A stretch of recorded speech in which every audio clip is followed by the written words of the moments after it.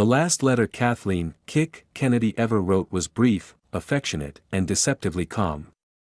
She folded it carefully before boarding the small plane in May 1948, unaware that within hours her life would end in a violent storm over the French countryside. There was no melodrama in her words, no prophecy of disaster. Only warmth. Only love. Only the quiet resolve of a woman who had already made peace with herself, even as history prepared its final blow. That, perhaps, was the truest measure of Kathleen Kennedy, not the tragedy of her death, but the serenity with which she lived. To the public, she was a Kennedy, and that alone carried the weight of myth, glamour, and doom. To those who knew her well, she was something rarer, a quiet survivor of history, a woman born into one of the most chaotic and tragic dynasties of the 20th century who refused to be consumed by it.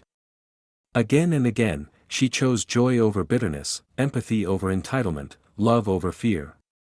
In a family often described as cursed, she practiced, almost instinctively, breaking the curse.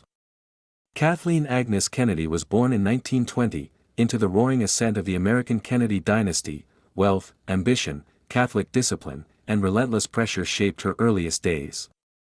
Her father, Joseph P. Kennedy Sr., was a titan of finance and politics, brilliant and domineering. Her mother, Rose Fitzgerald Kennedy, was stoic, devout, and emotionally restrained. The household prized achievement, obedience, and public perfection, but left little room for vulnerability, dissent, or softness. Tragedy stalked the family with uncanny persistence: death, illness, scandal, and silences that never healed. This was the inheritance Kathleen received, a legacy of expectation and emotional austerity, sharpened by the looming shadow of what would later be called the Kennedy curse. She was expected to conform, to represent, to sacrifice herself for the family narrative. Instead, she laughed. She questioned. She loved to cross boundaries. She made deliberate choices toward peace amid chaos. Born into early 20th century America, shaped by war-torn Europe, and tested by loyalty conflicts that could have broken her spirit, Kathleen Kennedy chose a different legacy. This is not a story of rebellion for its own sake, nor of martyrdom. It is the story of a woman who quietly, persistently, and compassionately shattered the family curse, choosing inner freedom, love, and dignity over dynastic obedience and historical drama. This is the story of Kathleen Kennedy, and how one life, however brief, can redirect the meaning of an entire lineage. To understand the storm of history into which Kathleen Kennedy was born, we must return to its center, the troubled legacy of her parents, Joseph P. Kennedy Sr. and Rose Fitzgerald Kennedy. Their union, outwardly triumphant, inwardly rigid, formed the emotional architecture of the Kennedy household and quietly transmitted a legacy of pressure, silence, and unresolved pain to their children. Joseph Patrick Kennedy Sr. was a man forged by ambition. Born in 1888 to a politically connected Irish Catholic family in Boston, he grew up acutely aware of exclusion, of doors closed to Catholics in America's Protestant elite. That awareness hardened into determination. Joseph would not merely enter the rooms of power, he would dominate them. By the time Kathleen was born, her father had amassed a vast fortune through banking, stock trading, Hollywood studios, and real estate. He moved with ease among moguls and politicians, radiating confidence and control. Yet beneath that brilliance lay a relentless, often ruthless will. Joseph Kennedy believed in winning, publicly, visibly, unquestionably. He expected loyalty, obedience, and success from his children as extensions of his own ambition. Love, in his worldview, was conditional. Approval was earned. Vulnerability was weakness. He was also deeply flawed. His personal life was riddled with infidelity, emotional distance, and moral compromise. His well-documented affair with Hollywood actress Gloria Swanson, conducted openly while he served as head of a major film studio, was not merely a private betrayal, but a public humiliation for his wife and children. His later tenure as U.S. ambassador to Britain revealed further cracks, isolationist views, defeatist comments about democracy during the rise of fascism, and political miscalculations that ended his diplomatic career in disgrace.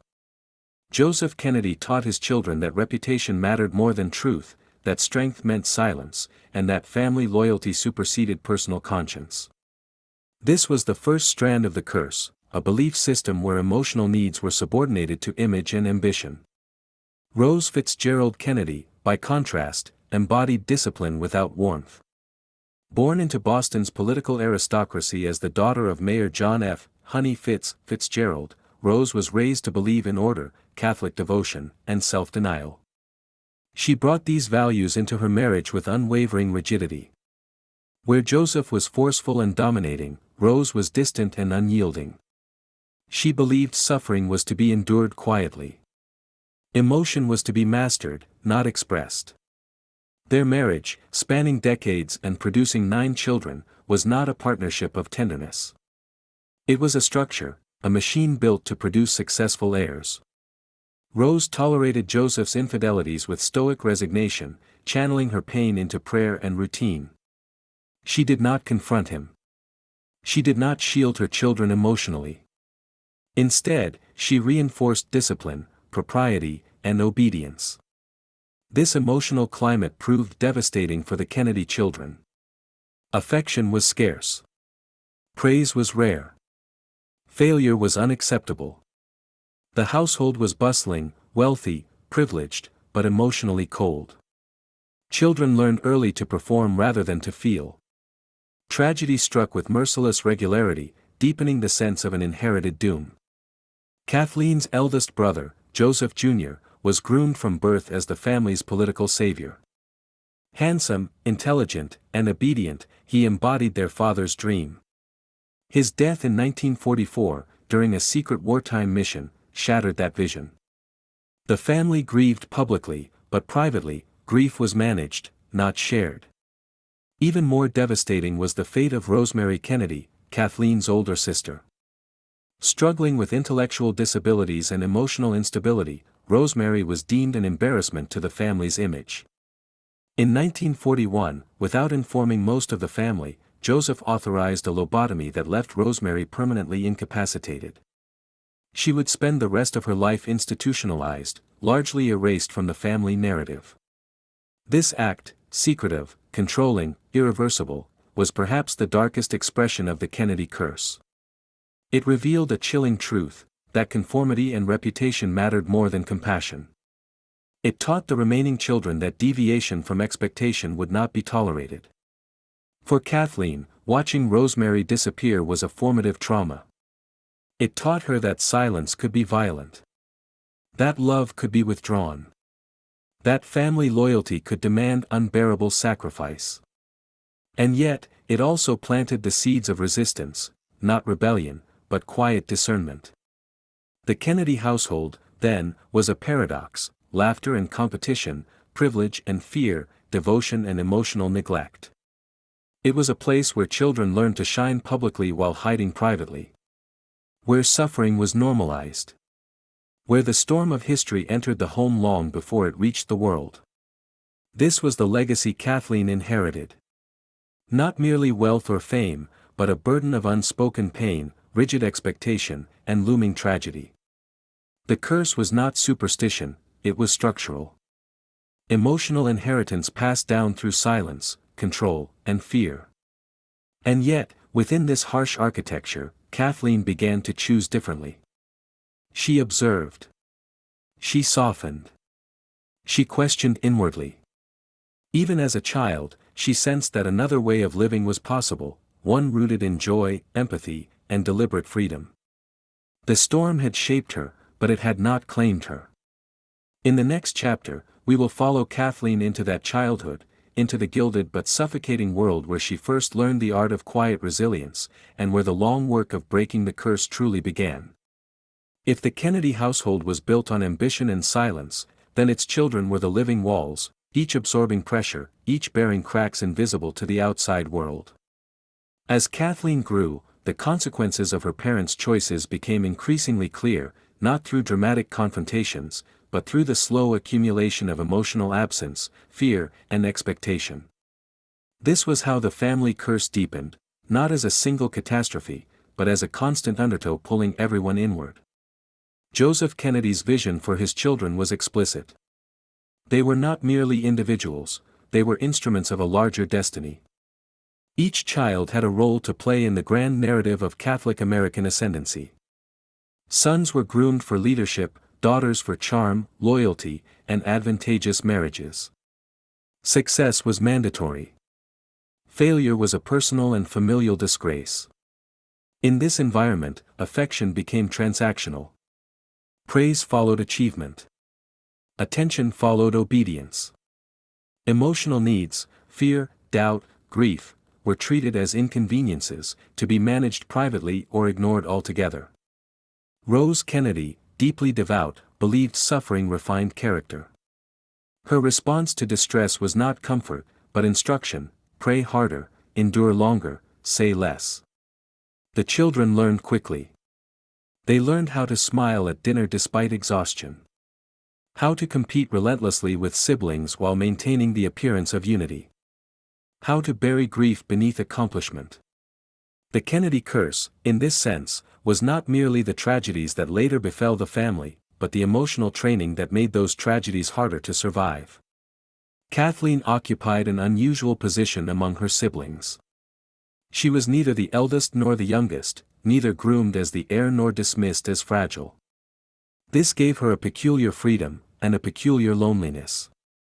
She was spirited, funny, outspoken in a household that valued restraint. Her laughter rang louder than was deemed proper.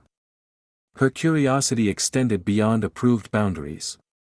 She had an instinctive warmth that did not fit neatly into the family's disciplined mold. Joseph Kennedy admired her vitality but did not trust it. Rose Kennedy worried it bordered on impropriety. Kathleen learned early that her natural self was both loved and disapproved of, a contradiction that sharpened her emotional intelligence. She began to read rooms carefully, to sense danger before it was named. Silence, she understood, could be a form of survival. The disappearance of Rosemary marked a turning point. Though rarely discussed openly, its impact permeated the household. A sibling had been effectively erased. Questions were discouraged. Grief was not acknowledged. For Kathleen, the lesson was devastatingly clear: those who could not conform would be removed from the story. This realization might have hardened her. Instead, it deepened her empathy. She grew more attentive to others' pain, more aware of the cost of silence. Where her parents enforced control, Kathleen cultivated understanding. Where the family demanded loyalty without question, she learned to ask questions quietly, inwardly.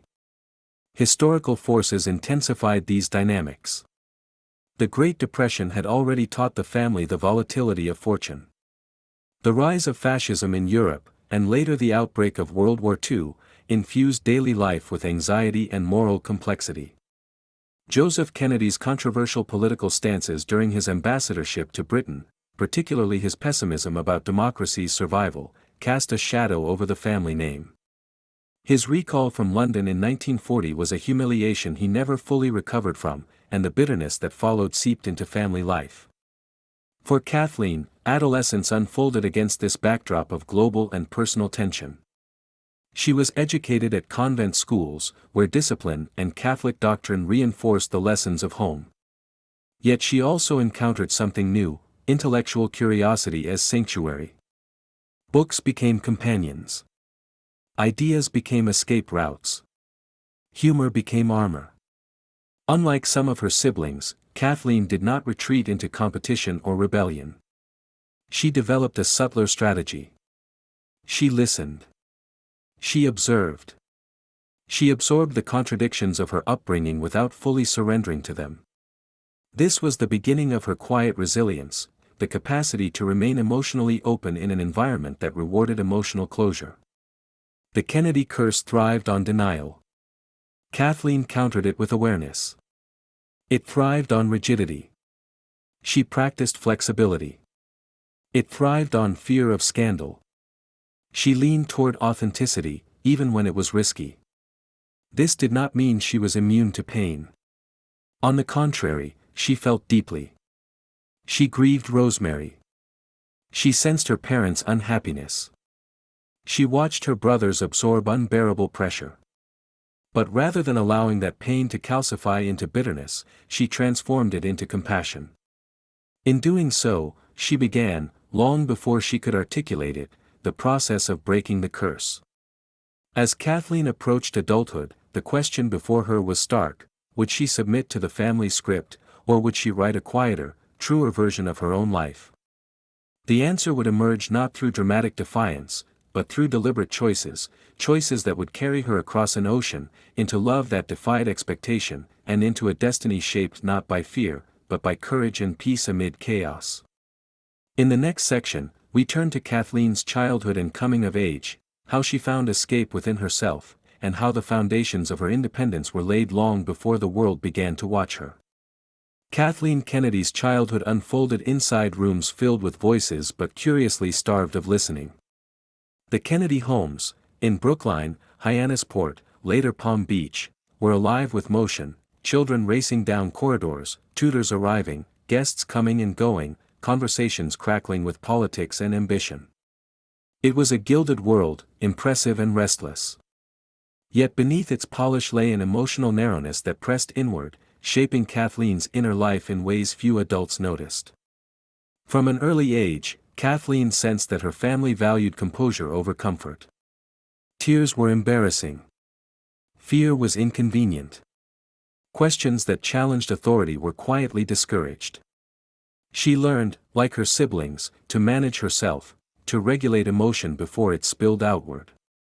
But unlike some, she did not mistake control for strength. Instead, she developed a private interior world where curiosity, humor, and empathy could breathe.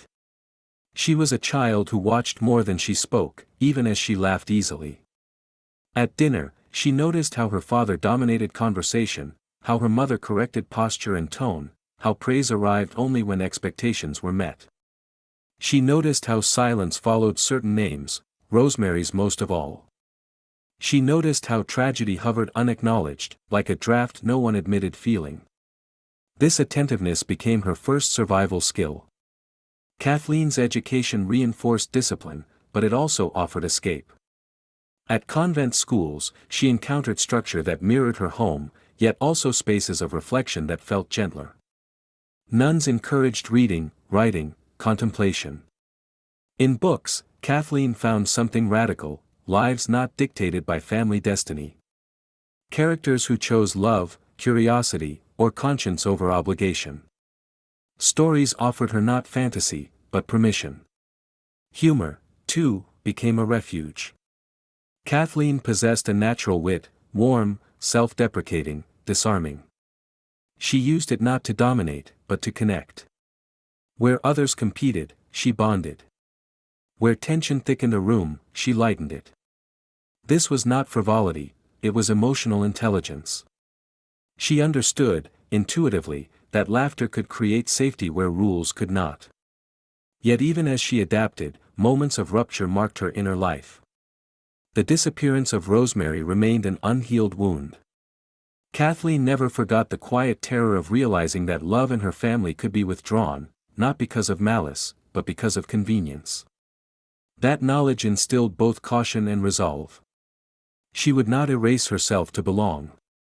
As adolescence approached, Kathleen faced increasing pressure to perform her assigned role: charming daughter, future social asset, embodiment of Kennedy grace. Suitors were evaluated. Behavior was scrutinized.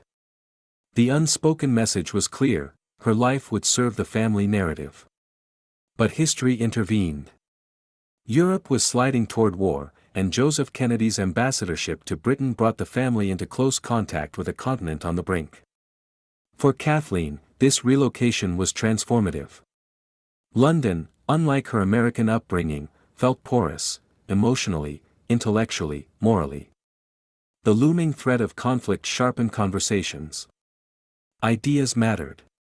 Choices carried weight. For the first time, Kathleen witnessed courage that was not performative. She saw ordinary people endure air raids with dignity. She met aristocrats who questioned privilege rather than clung to it. She sensed that character could be measured not by achievement, but by how one treated others under strain. This exposure cracked open her understanding of the world, and of herself. In England, Kathleen flourished socially and intellectually. She was curious, engaged, less constrained by American expectations. Her Catholicism deepened, not as rigid doctrine, but as moral compass, one oriented toward compassion rather than judgment. She began to sense that faith, like identity, could be lived quietly and authentically. These years marked a turning point. Kathleen was still very young, still shaped by family gravity, but she had glimpsed an alternative way of being. She saw that lineage did not have to dictate destiny. That one could honor family without surrendering autonomy.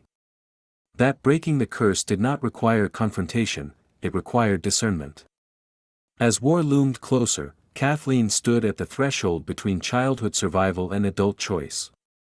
The habits she had formed, observation, empathy, humor, inward independence, would soon be tested. And in the crucible of global conflict, she would make the most consequential decision of her life, choosing love on her own terms. In the next installment, we follow Kathleen into that decisive crossing, into wartime Europe, adulthood, and the deliberate choices that would define her as more than a Kennedy, but as a woman who sought peace amid chaos. By the time war fully engulfed Europe, Kathleen Kennedy was no longer merely observing history, she was living inside it. The London of her early adulthood was a city under siege, its nights fractured by sirens, its streets bearing the scars of bombs. And yet, paradoxically, it was here, amid danger and uncertainty, that Kathleen felt most alive, most herself. The chaos of wartime London stripped away pretense. Titles mattered less. Manners softened. People spoke honestly because tomorrow was not guaranteed. For a young woman raised in a household obsessed with appearances, this honesty felt like oxygen. Kathleen volunteered with the Red Cross and other relief efforts, working alongside people from all walks of life. She witnessed grief without ceremony, courage without applause. These experiences deepened her empathy and clarified her values. She was no longer content to be shaped by expectation alone. She wanted her life to mean something beyond family ambition. This, too, was an act of breaking the curse, choosing contribution over performance, purpose over approval. It was in this environment that Kathleen met William "Billy" Cavendish, Marquess of Hartington, heir to the Duke of Devonshire. On paper, he seemed an ideal match, aristocratic, well-connected, admired. But what drew Kathleen to him was not his title. It was his gentleness. His humility. His quiet courage as an officer preparing to return to the front lines. Billy Cavendish treated Kathleen as an equal. He listened. He laughed easily. He did not demand that she fit a mold, he delighted in who she already was. Their conversations ranged from politics to faith to the absurdities of wartime life. For Kathleen, this was revelatory. Love, she realized, did not have to feel like duty. Their relationship unfolded against resistance. Joseph Kennedy objected to Billy's Anglican faith. Rose Kennedy, ever cautious, worried about Catholic doctrine and public perception. The family expected Kathleen to yield. She had been trained to yield. Instead, she chose deliberately. Kathleen married Billy Cavendish in 1944, knowing full well that her decision carried consequences. She was temporarily estranged from her parents. The family's Catholic approval was withheld. The message was unmistakable: obedience had been valued over happiness. Yet Kathleen did not waver. This was her most profound act of breaking the curse. Not loudly. Not angrily. But firmly, lovingly, and without apology. She chose a marriage rooted in mutual respect and affection, even at the cost of familial disapproval. For a brief, luminous period, Kathleen experienced the peace she had long sought. As Marchioness of Hartington, she moved through aristocratic circles with ease, but without pretension. She remained warm, approachable, and engaged in charitable efforts. Her marriage was a sanctuary amid historical currents, a place where she could rest from vigilance, from performance, from inherited tension. That peace, however, was heartbreakingly short-lived. Only months after their wedding, Billy Cavendish was killed in action in Belgium. Kathleen was widowed at 24. The loss was devastating. The future she had glimpsed, a life of shared purpose and quiet joy, vanished in an instant. And yet, even in grief, Kathleen's resilience revealed itself. She mourned deeply, but she did not collapse into bitterness. She did not retreat into silence. Instead, she honored Billy's memory through continued service and engagement. She refused to allow tragedy to harden her heart. This, too, was breaking the curse, choosing love again, even after loss. Kathleen's grief unfolded privately, with dignity. She did not exploit her pain for sympathy. She did not dramatize it. Those close to her remarked on her composure, not coldness, but steadiness. She had learned, through a lifetime of observing suffering, that endurance need not extinguish warmth. As the war ended and Europe began to rebuild, Kathleen stood at another crossroads. She could return fully to the Kennedy fold, resume the role expected of her, retreat into safety. Or she could continue forging a life shaped by her own values, connection, compassion, intellectual curiosity. She chose the latter.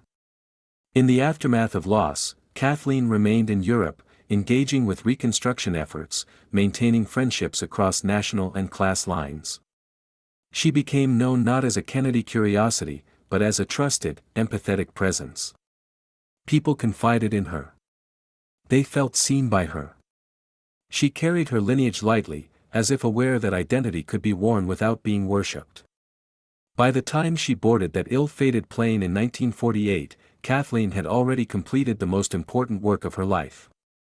She had demonstrated that one could emerge from a lineage of control and tragedy with one's humanity intact. She had shown that breaking the curse did not require longevity, only courage, deliberate choices, and love. In the next section, we will follow Kathleen into adulthood's final chapter, examining how her quiet contributions, compassion, and inner peace solidified her legacy, even as history prepared its final, cruel test. Having survived the shadows of childhood and the devastation of early widowhood, Kathleen Kennedy entered the final years of her life not as a woman seeking escape, but as one quietly determined to live with meaning. She did not define adulthood by stability in the conventional sense, marriage, children, or a fixed home, but by coherence, aligning her inner values with her outward actions. This alignment, rare in any era, was the clearest evidence yet that she was breaking the curse rather than merely surviving it. Widowhood might have driven her back into the protective fortress of the Kennedy family. The door, cautiously, was reopening. Time softened objections to her marriage. Grief rendered old arguments less sharp. Yet Kathleen did not retreat fully into that world. She remained emotionally independent, a woman shaped by family but no longer governed by it. In post-war Europe, Kathleen found purpose in connection. She moved among diplomats, aid workers, aristocrats, and ordinary citizens with the same ease. Her charm was never performative. It stemmed from genuine interest, an ability to listen without judgment, to offer warmth without intrusion. In rooms often thick with politics and ambition, she brought calm. She had learned, long ago, how destructive power could be when divorced from empathy. Now she modeled something else, influence without domination. Kathleen's contribution was subtle but real. She facilitated conversations across divides, religious, national, emotional. She encouraged charitable initiatives, supported war relief, and maintained friendships that bridged the Atlantic. She was trusted precisely because she did not seek authority.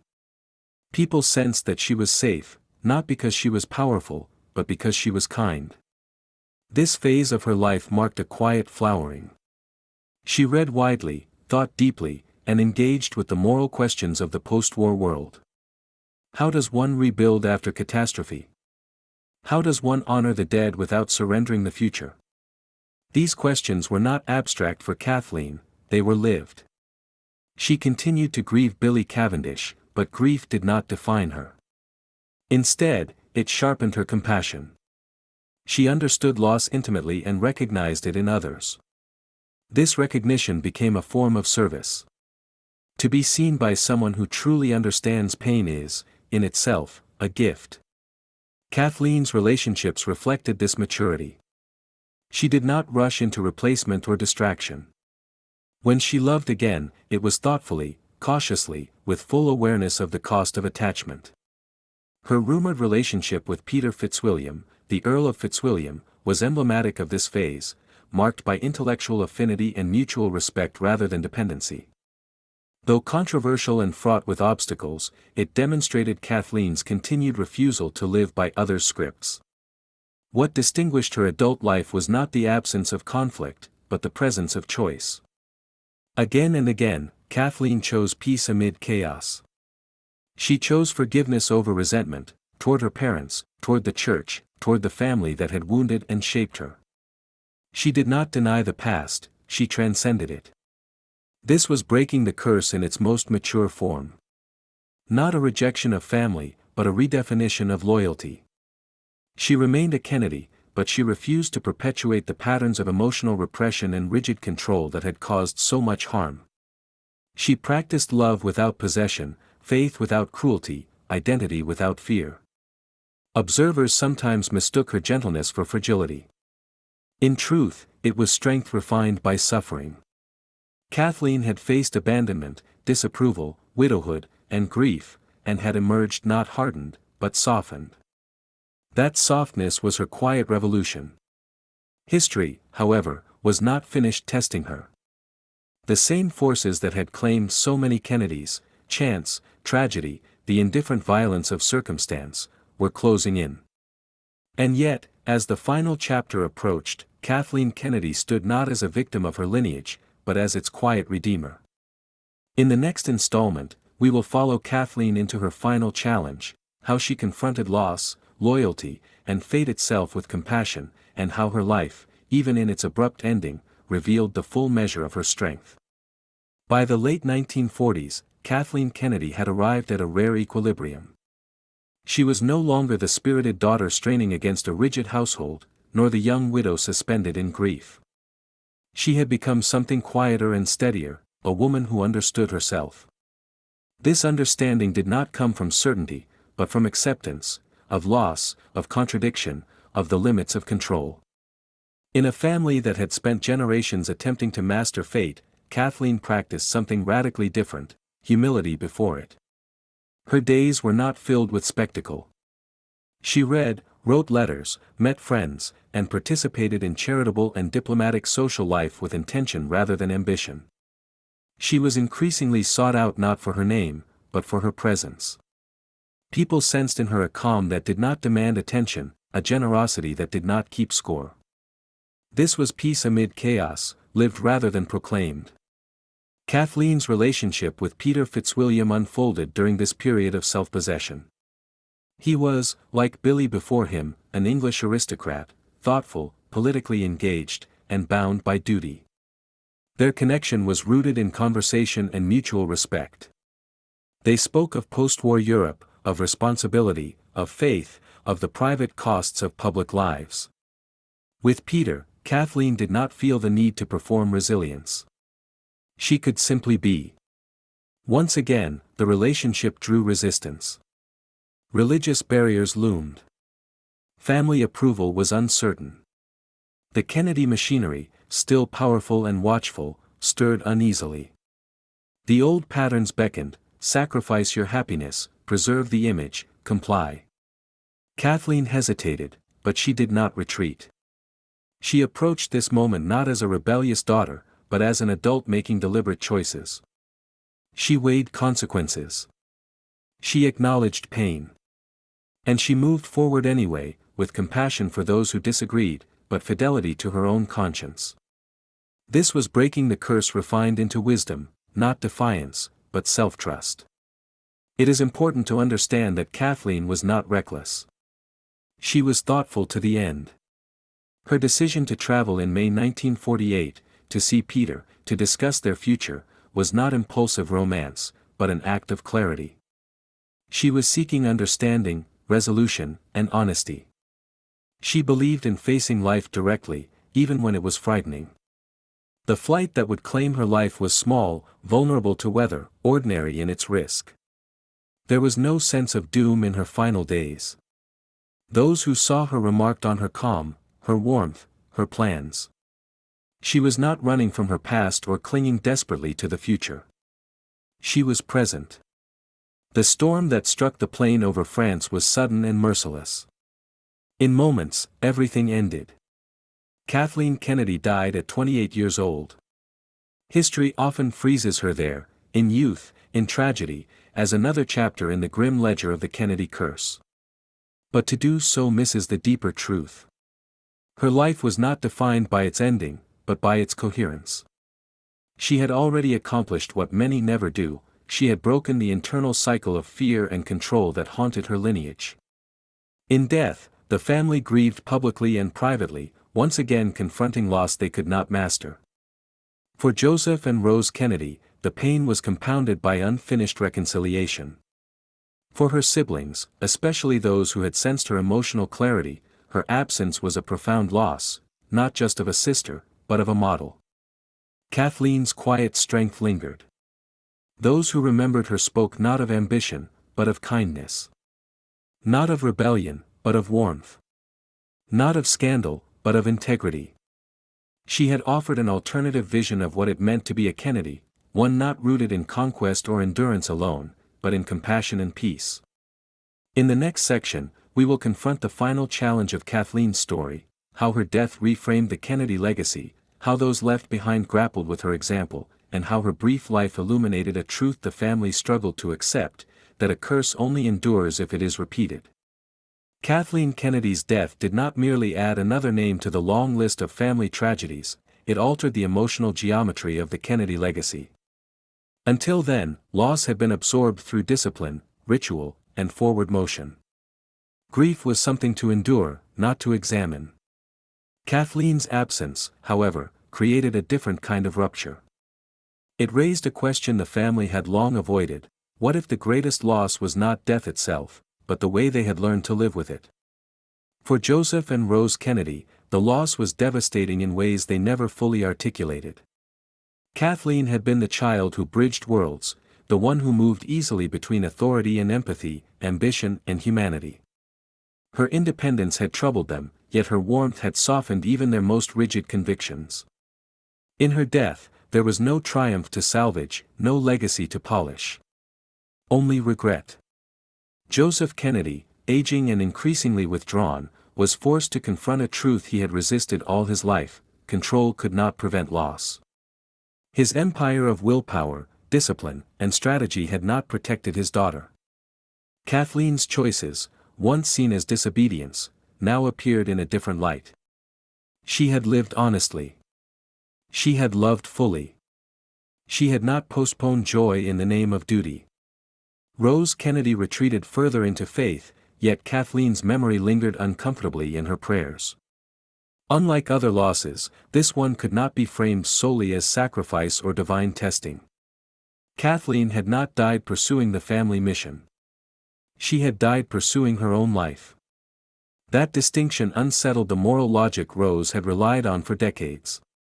Among Kathleen's siblings, the reckoning was quieter but profound. Some admired her courage in retrospect. Others felt the ache of paths not taken. She had modeled a way of being that was neither defiant nor submissive, a way rooted in internal authority. For siblings still entangled in expectation and competition, her example was both comforting and painful. Kathleen's death also exposed the limits of the so-called Kennedy curse. If tragedy was inevitable, why did her life feel so complete? Why did those who remembered her speak not of bitterness or ambition, but of peace? The answer lay not in fate, but in choice. This realization marked the final challenge of Kathleen's legacy. She could no longer speak, advocate, or choose. Her work of breaking the curse was finished, but the question remained whether others would learn from it. Over time, her story became a quiet counter-narrative within the family mythology. Not a denial of suffering, but a redefinition of strength. Kathleen had shown that compassion was not weakness, that autonomy did not require rejection, that love could coexist with loyalty without surrendering conscience. Her death forced those left behind to confront their own patterns. Some would repeat them. Others, inspired subtly, would soften. The change was not dramatic. It never was. But it was real. Kathleen Kennedy's final gift was not martyrdom. It was clarity. In a family long haunted by the belief that greatness demanded sacrifice of the self, she had demonstrated another truth, that peace, chosen deliberately, could be a form of greatness too. In the next installment, we will reflect on the closing arc of this story, how Kathleen's life, brief yet luminous, reshaped historical understanding of the Kennedy legacy and left behind a lesson that endures far beyond her name. In the weeks after Kathleen Kennedy's death, there was no language adequate to contain the loss. The newspapers recorded the facts with restraint: a small plane, a sudden storm, lives ended midair. History filed it as another tragic entry, another confirmation of the Kennedy curse. But among those who had truly known her, a different reckoning unfolded, one that did not fit neatly into headlines or myth. Kathleen was buried far from the political stages and ceremonial grandeur that had defined so much of her family's public life. The separation was symbolic. In death, as in life, she belonged to herself. There were no grand declarations, no attempt to transform her passing into a narrative of destiny or sacrifice.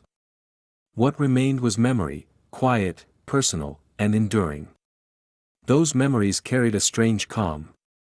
Friends spoke of her laughter, her attentiveness, the way she listened without interrupting, the way she remembered small details others dismissed. They recalled her refusal to speak cruelly, even when wounded. Her capacity to forgive without forgetting. Her habit of choosing understanding over victory. These were not the traits of someone crushed by a curse. They were the markers of someone who had already escaped it.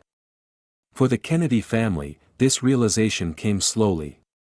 Grief often does not clarify, it confuses. Yet over time, Kathleen's life began to stand apart from the larger pattern. Other tragedies in the family would be loud, public, politicized. Kathleen's remained intimate. It resisted appropriation. And that resistance mattered. In the mythology of powerful families, tragedy is often framed as fate, a storm that strikes regardless of character. Kathleen's story challenged that framing. Yes, she died young. Yes, her life ended abruptly. But she did not live trapped. She did not live at war with herself. She did not perpetuate the emotional violence she had inherited. In this sense, she had already won. Breaking the curse, as Kathleen understood it, was never about avoiding death or loss. It was about refusing to let pain dictate one's way of being. It was about making deliberate choices toward peace amid chaos, even when chaos remained. This distinction is crucial. The Kennedy curse was not merely a pattern of deaths, it was a pattern of pressure, control, and emotional suppression. Kathleen stepped out of that current. She did not renounce her family, nor did she submit to it. She loved them, clearly and honestly, without surrendering her autonomy. That balance, so difficult, so rare, was her revolution. In the years that followed, Kathleen Kennedy did not become a symbol in the way others in her family did. There were no speeches built around her name, no institutions founded in her honor on a grand scale. And yet, her influence persisted in subtler ways. She became a reference point in private conversations. A reminder of an alternative path. A quiet question hovering beneath the family narrative: what if success is not domination? What if strength is not endurance alone? Her life offered no blueprint, no ideology. It offered something more human, an example. Kathleen showed that one could be born into a lineage of expectation and sorrow and still choose love without submission, independence without cruelty, faith without fear. She demonstrated that peace was not a retreat from history, but a deliberate stance within it. This is why her story endures, not as a tragedy to be mourned endlessly, but as a resolution rarely acknowledged. The curse did not claim her spirit. History did not harden her. She met both with grace. In the final section, we will step back and consider Kathleen Kennedy's historical significance, not measured in years or power, but in meaning. We will ask what her life teaches us about inheritance, choice, and the quiet dignity that can redirect even the most turbulent legacies. Kathleen Kennedy does not occupy history the way her brothers do. She did not hold office, command armies, or dominate headlines. And yet, when we look closely, when we set aside the spectacle of power and examine the quieter terrain of human meaning, her life reveals a different kind of historical significance, one that endures precisely because it resists myth. She was born into a lineage heavy with expectation, ambition, and unresolved pain. The Kennedy family believed in destiny, in forward motion, in the relentless pursuit of achievement. But buried beneath that drive was a curse not of fate, but of emotional inheritance, pressure mistaken for love, control mistaken for protection, endurance mistaken for strength. Kathleen saw this clearly. And rather than rage against it or submit to it, she chose another way. Again and again, she practiced breaking the curse through deliberate choices. She chose curiosity over obedience, love over fear, integrity over image. These were not dramatic gestures. They were daily acts of quiet resilience, made without certainty of reward. How does one find light in a lineage of shadows? Kathleen answered not with rebellion, but with presence. Her life reminds us that history is not shaped only by those who dominate it. It is also shaped by those who soften it. Kathleen's peace amid chaos was not passive, it was earned. She absorbed loss without becoming bitter. She navigated conflict without cruelty. She refused to harden, even when hardness was the family currency. This is what makes her a quiet revolutionary. In a century defined by war, ideology, and spectacle, Kathleen modeled something profoundly countercultural: the courage to live gently. She demonstrated that autonomy does not require severing bonds, that love and forgiveness are not signs of weakness, and that meaning can be forged without conquest.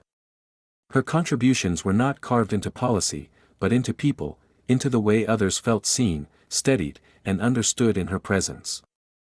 The Kennedy curse would continue after her death. More losses would come. History would repeat its familiar rhythms of tragedy. But Kathleen had already proven something essential: a curse only holds power if it is allowed to shape the soul. She did not deny her inheritance, she transformed it. In doing so, she showed that one life, lived with intention, can interrupt even the most entrenched patterns of pain. Her legacy is not a cautionary tale, but an invitation. It invites us to reconsider what it means to succeed, to belong, to be strong. It asks whether we, too, might choose peace amid chaos, whether we might practice quiet resilience in a world that rewards noise. It suggests that breaking the curse is not about escaping our origins, but about responding to them with wisdom and love. Kathleen Kennedy's life was brief, but it was whole. She did not live as a victim of history. She lived as its gentle correction. And in that correction, in her deliberate choices, her compassion, her refusal to perpetuate harm, she left behind something rare and enduring: a legacy of quiet dignity. This is not the story of what was taken from her. It is the story of what she chose. And that choice still speaks.